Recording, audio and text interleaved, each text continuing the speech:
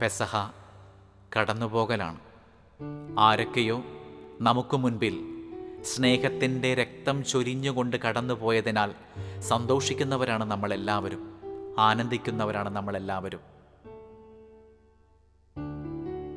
ഒരപ്പക്കഷണത്തിൽ അപ്പനുണ്ടെന്നാണ് പെസഹ രാത്രി നമ്മോട് പറഞ്ഞുകൊണ്ടിരിക്കുന്നത്.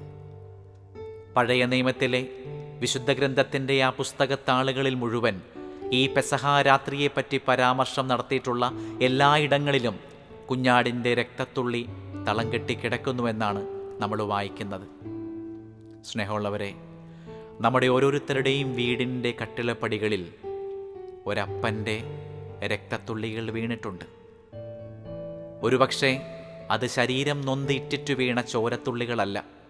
ഒരു കുടുംബത്തിലെ മക്കളുടെയും അയാൾ കെട്ടിക്കൊണ്ടുവന്ന ഭാര്യയുടെയും അയാൾക്ക് ജന്മം നൽകിയ മാതാപിതാക്കളുടെയും വയറിൽ വിശപ്പ് പൊരിയാതിരിക്കാനായിട്ട് പൊരിവെയിലിലേക്ക് പോയി പണിയെടുത്ത് തിരിച്ചു വന്നപ്പോൾ ആ വീടിൻ്റെ കട്ടിളപ്പടിയിൽ ഇറ്റിറ്റു വീണ വിയർപ്പ് തുള്ളികൾക്കും പഴയ നിയമത്തിലെ കുഞ്ഞാടിൻ്റെ രക്തത്തുള്ളികൾക്കും ഒരേ രുചിയാണ്, സ്നേഹത്തിൻ്റെ.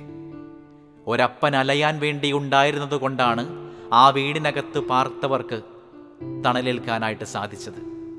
ഒരപ്പൻ പണിയെടുക്കാനായിട്ട് തയ്യാറായതുകൊണ്ടാണ് ആ വീടിനകത്തുള്ള കുഞ്ഞുങ്ങൾക്ക് ഭക്ഷണം കഴിക്കാനായിട്ട് പറ്റിയത്. പാതിരാത്രിയിലും ഉച്ചവെയിലിലും പൊള്ളിപ്പോയ പനിയും പിടിച്ച് കിടക്കുന്ന മക്കളെയും ഭാര്യയും എടുത്തുകൊണ്ട് ഒരപ്പൻ ഓടാനുണ്ടായിരുന്നത് കൊണ്ടാണ് അവർക്ക് ആരോഗ്യം ലഭിച്ചത്. ആ അപ്പൻ്റെ വിയർപ്പ് തുള്ളികൾ കട്ടിളപ്പടികളിൽ വീണതുകൊണ്ടാണ് ആ കുടുംബത്തിൻ്റെ അകത്തേക്ക് രക്ഷ കടന്നു വന്നത്.